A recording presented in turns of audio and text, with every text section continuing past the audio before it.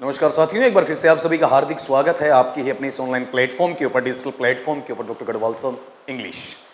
बेटा, जैसे पिछली अपनी क्लास हुई थी लिटरेरी टर्म की, सिमिली, उपमा, अलंकार की, और उस वक्त मैंने आपको कहा था कि धीरे धीरे करके एक एक अलंकार हैं, फिगर ऑफ स्पीच हैं, पोइटिक डिवाइस हैं, उन पर मैं बात करने वाला हूं। आपका लिटरेरी टर्म जिसे आप कह सकते हैं, साहित्यिक अलंकार जिसे कह सकते हैं। तो आज आप जैसे देख पा रहे हैं, अपन बात करेंगे वहां पर किसकी? मेटाफोर। और मेटाफोर का मतलब होता है रूपक अलंकार, और हम लगभग 10 मिनट खर्च करेंगे। और आज अगर आपने ये चीज देख ली तो जिंदगी भर आप इस रूपक अलंकार को, या इंग्लिश में जिसे आप मेटाफोर का नाम देते हैं, उसे कभी भूलेंगे नहीं। ये आपके इस बड़े भाई का, इस नाचीज का आप लोगों से वादा रहेगा। तो अपन बात करते हैं यहां पर सीधे सीधे इस वर्ड की। ये जो शब्द लिखा हुआ है बेटा, ये दो से बना हुआ है। किससे? Meta plus four. हम इसमें गलती ये करते हैं, मेटाफर मेटाफर मेटाफर ऐसा बोलने की गलती करते हैं। तो आपको मेटाफर नहीं बोलना है। इसका जो फोनेटिकली होता है उसे इस तरीके से लिखा जाता है आपका मेटा, ठीक है। और मेटा लिख के और फिर यहां पर किस तरीके से लिखा जाता है, ऐसा पार्ट। तो अगर ये भाषा आपको समझ में नहीं आती है तो मैं इस तरीके से आपको समझा देता हूं। ट और ए को तोड़ के अलग करके आपका फो के बाद में वहां र है, उसको आपको बोलना नहीं है। इसे मेटाफर नहीं, मेटाफोर।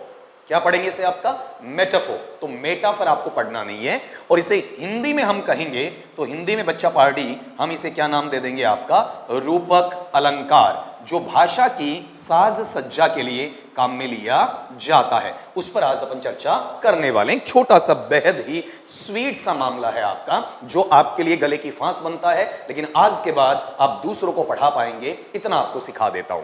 देखो, सबसे पहले यहां पर अपन इसकी बात करते हैं कि डेफिनेशन बोले तो इसकी परिभाषा क्या है, ये क्या वहां पर हमें कहना चाहता है, उस पर चर्चा अपन कर लेते हैं। आपका देखो जरा, जो एक मेटाफोर होता है, एक रूपक अलंकार है, वो वहां पर देखो, फिगर ऑफ स्पीच मतलब अलंकार तो है आपका, ठीक है। तो ये मेटाफोर है, इसे किसका नाम दिया जाता है? एक अलंकार का नाम दिया जाता है, जो कंपेयर करता है, तुलना करता है। जैसे सिमिली करता है वैसे ये भी तुलना करता है। और कितनों के बीच में? दो थिंग्स के बीच में। सिमिली भी दो के बीच में तुलना करता है और रूपक अलंकार भी दो के बीच में तुलना करता है। लेकिन ये कैसे होने चाहिए? अनलाइक होने चाहिए। और अनलाइक के मायने वहां पर क्या बनते हैं आपका? समान नहीं, बल्कि क्या बनेंगे?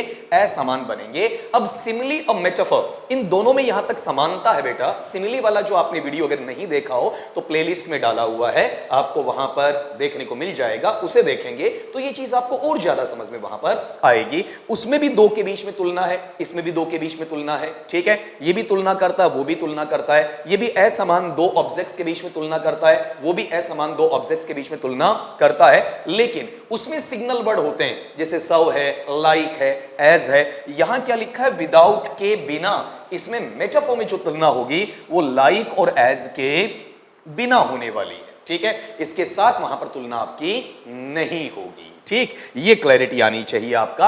अब देखो, वहां पर अगर हम इसका कॉन्सेप्ट समझना चाहें, इसकी अवधारणा समझना चाहें, तो सिंपली है क्या आपका? मेटाफोर एक बेटा कंपैरिजन है। सिंपल शब्दों में तुम्हें समझाऊं तो आपका तुलना है, पीछे वाला रिवाइज भी वहां पर हो जाएगा। और तुलना कितनों के बीच में है? बिटवीन टू है, दो के बीच में तुलना है, ठीक है। और अगली बात बच्चा पार्टी, वहां पर क्या ये दोनों हैं वो कैसे होने चाहिए? अनलाइक होने चाहिए, डिससिमिलर, डिफरेंट होने चाहिए, अलग अलग वहां पर बोले जाएंगे। और साथ में ये ध्यान रखना, विदाउट सिग्नल वर्ड होंगे।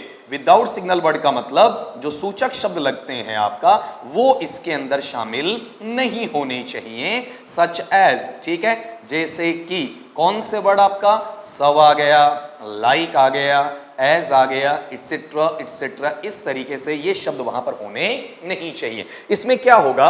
ये बताएगा कि जो मेरे पास x ऑब्जेक्ट है वो किसके बराबर है? y के बराबर है। x ही y है और y ही x है, नहीं चाहिए। इसमें क्या होगा? ये बताएगा कि जो मेरे पास x ऑब्जेक्ट है वो किसके बराबर है? y के बराबर है। x ही y है और y ही x है। एक दूसरे के जैसा नहीं, बल्कि एक दूसरा ही है, ठीक है। x ही y है और y ही आपका वहां पर x बनेगा। अब हम मेटाफोर को यूज क्यों करते हैं? इसका जो उद्देश्य है वो मेनली वहां पर क्या बनता है? क्यों इसे आपका काम में लिया जाता है वो जरा समझिएगा। हमारे जो रूपक अलंकार हैं उनकी वजह से हमारी जो लैंग्वेज है, लैंग्वेज तो आप सारे बच्चे जानते हैं, लैंग्वेज को क्या बोलेंगे, भाषा, उसे वहां पर ये रूपक अलंकार क्या करेंगे, बनाते हैं। कैसा बनाते हैं बच्चा पार्टी, आपका वहां पर बिल्कुल विविड बनाते हैं। विविड का मतलब आपका टोटली स्पष्ट बनाते हैं, आपका इमेजिनेटिव काल्पनिक हिस्सा वहां पर देना चाहते हैं, मतलब क्रिएटिविटी का भाव आएगा, सृजनात्मकता रचनात्मकता का।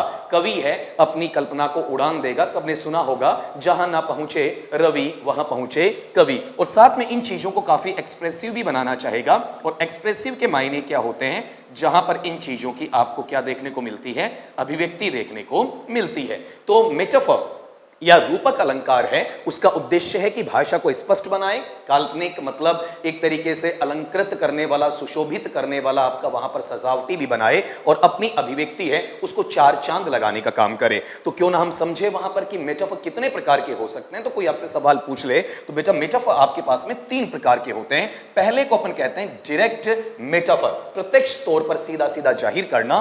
दूसरे को हम कहते हैं इंप्लाइड, अंतर्निहित अवस्था में, ठीक है, जिसमें सीधे प्रत्यक्ष तौर पे नहीं होता है, कुछ ना कुछ क्या होता है अप्रत्यक्ष तौर पर बताया जाता है, कुछ चीजें छिपा ली जाती हैं। और तीसरा अपने पास में होता है एक्सटेंडेड मेटाफर, ठीक है, जिसमें आप चीजों को स्ट्रेच करते हैं, चीजों को थोड़ा सा खोलकर, बढ़ा चढ़ाकर, दूर दराज की जो तुलना है, कहते हैं ना, कहीं की ईंट कहीं का रोड़ा, भानुमति ने कुनबा जोड़ा, उस तरीके से वहां पर जो कहीं ना कहीं मेटाफिजिकल कंसीट है उसके नजदीक चला जाता, जिसमें आपने जॉन डन वगैरह का नाम वहां पर सुना ही होगा। आपका मेटाफिजिकल जो पॉइंट्स हैं उन्होंने इनका सबसे ज्यादा वहां पर यूज किया है। मैं ये नहीं कहूंगा कि सिर्फ ये तीन ही प्रकार के मेटाफर होते हैं, बहुत सारे अलग अलग और प्रकार हैं, लेकिन उन पे आपको नहीं जाना है। परीक्षा का जो क्वेश्चन बनता है बस वो यही तक आपका सीमित हो जाता है। अब अपन इसके उदाहरण देख लें एक बार, ताकि समझ में आ जाए कि ये मेटाफर हुआ तो कैसे हुआ। जैसे पहला वाक्य पढ़िएगा कि टाइम इज अ थीफ, समय है, समय एक चोर है। हम टाइम को वहां क्या मानते हैं, एक्स मानते हैं, एथीफ को क्या मानते हैं, आपका वाई मानते हैं। तो टाइम ही एथीफ है, एथीफ ही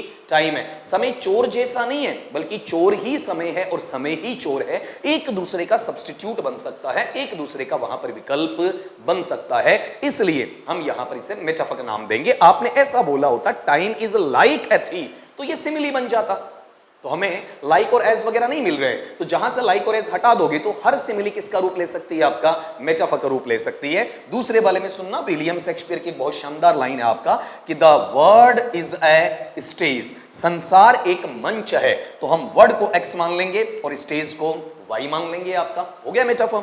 फिर हर वॉइस इज म्यूजिक, उसकी आवाज संगीत है, संगीत जैसे नहीं बल्कि संगीत है, संगीत उसकी आवाज है, उसकी आवाज संगीत, दोनों बराबर हो गए, इक्वल हो गए, यहां मेटाफर मिलेगा। He has a heart of stone, ठीक है, उसका जो हार्ट है वो हार्ट किसका है, स्टोन का है, वो पत्थर दिल है, ठीक है। तो इसका कंपैरिजन हुआ ना कि वो इंसान कैसा बताया गया, पत्थर दिल बताया गया आपका वहां पर। तो हार्ट ऑफ स्टोन इसके इक्वल हो गया और ये इसके इक्वल हो गया। तो x is equal to y and y is equal to x। The classroom was a zoo, कक्षा कक्ष है ना, वो कक्षा कक्ष नहीं रहा बल्कि एक जंतुआलय बन गया, एक चिड़ियाघर वहां पर आपका बन गया, एक पक्षी आलय वहां पर बन गया। तो ये मेरे पास में x का काम कर जाएगा, ये y का काम कर जाएगा, मतलब जू को आपने क्लासरूम कह दिया और क्लासरूम को आपने वहां पर जू कह दिया। अगला example, life is a journey, जिंदगी एक यात्रा है। तो लाइफ हमारे पास में x का काम करेगा और ए जर्नी है वो हमारे पास में y का काम करेगा, मतलब लाइफ को ए जर्नी के बराबर बताया और ए जर्नी को लाइफ के बराबर बताया। अगले सवाल पे चलते हैं। The sun is a golden ball, यहां चेक करना, द सन x का काम करेगा, एक गोल्डन बॉल है वो आपका y का वहां पर काम कर जाएगा। सूरज है वो एक सुनहरी गेंद है, तो सुनहरी गेंद को सूरज माना और सूरज को आपने वहां पर सुनहरी गेंद मान लिया। He is a shining star, वह एक चमकता हुआ तारा है, तो ही एक्स में आ जाएगा और एक शाइनिंग स्टार एक चमकता हुआ तारा या नक्षत्र है, ये आपके लिए वाई में काउंट वहां पर हो जाएगा। फिर कहा books are windows to the world, जो आपकी किताबें हैं वो संसार के लिए किसका काम करती हैं, खिड़कियों का काम करती हैं। तो आपने बुक्स को विंडोज बताया है, विंडोज को आपने बुक्स बताया है, x is equal to y. Her smile is sunshine, उसकी जो मुस्कुराहट है वो सूरज की चमक के रूप में देखी जा सकती है। तो हर स्माइल हमारे पास में किसका काम करेगा बच्चा पार्टी, एक्स का, और यहां पर सनशाइन किसका काम कर रहा है, वाई का। Sunshine is equal to her smile, और हर स्माइल बेटा किसके बराबर है, सनशाइन के बराबर है। तो ये जो फैक्टर आप लोग देख रहे हैं, इसके अंदर आपको पता चलेगा कि मेटाफोर को सीखने के लिए मुझे चाहिए क्या बेटा आपका। तो जैसे मैंने बोला कि सिर्फ 10 मिनट के अंदर सारी चीजें तैयार कर लोगे, तो कैसे तैयार हो पा रही हैं आपका। पहली बात इसका उच्चारण, उससे पहले स्पेलिंग की बात कर ले, METAPHOR याद होना चाहिए। दूसरा इसका उच्चारण मेटाफर नहीं बल्कि मेटाफोर, एक अलंकार है जिसे कहेंगे रूपक अलंकार। इसमें दो ऑब्जेक्ट्स या दो थिंग्स के बीच कंपैरिजन या तुलना होती है। तुलना असमान अलग अलग ऑब्जेक्ट्स के बीच में होती है, उनका एक मूल आधार रखा जाता है, उनमें एक समानता का बिंदु वहां पर ढूंढा जाता है, और जो तुलना आप करते हैं उसमें x y के बराबर होता है, y x के बराबर होता है। लेकिन सिमिली और इसमें मेटाफर में एकमात्र जो फर्क आता है कि सिमिली में सिग्नल वर्ड आते हैं, संकेत सूचक शब्द आते हैं, जैसे सव लाइक एज हैं, और मेटाफर उनके बगैर वहां पर तुलनित अवस्था को बताता है। तो उम्मीद करता हूं कि आपको बेहतर तरीके से ये सारी चीजें समझ आई होंगी, और छोटे से कम टाइम के अंदर आपने आज अपना एक लिटरेरी टर्म है, पोएटिक डिवाइस है, फिगर ऑफ स्पीच है आपका, वहां पर अपना पोएटिक नेचर का टेक्निक है, अलंकार है, रूपक अलंकार तैयार कर लिया होगा। इसी उम्मीद के साथ मिलता हूं वहां पर नेक्स्ट टर्म में आपका, नेक्स्ट क्लास के अंदर एक नए लिटरेरी टर्म के साथ में। टिल देन शब्बा खैर।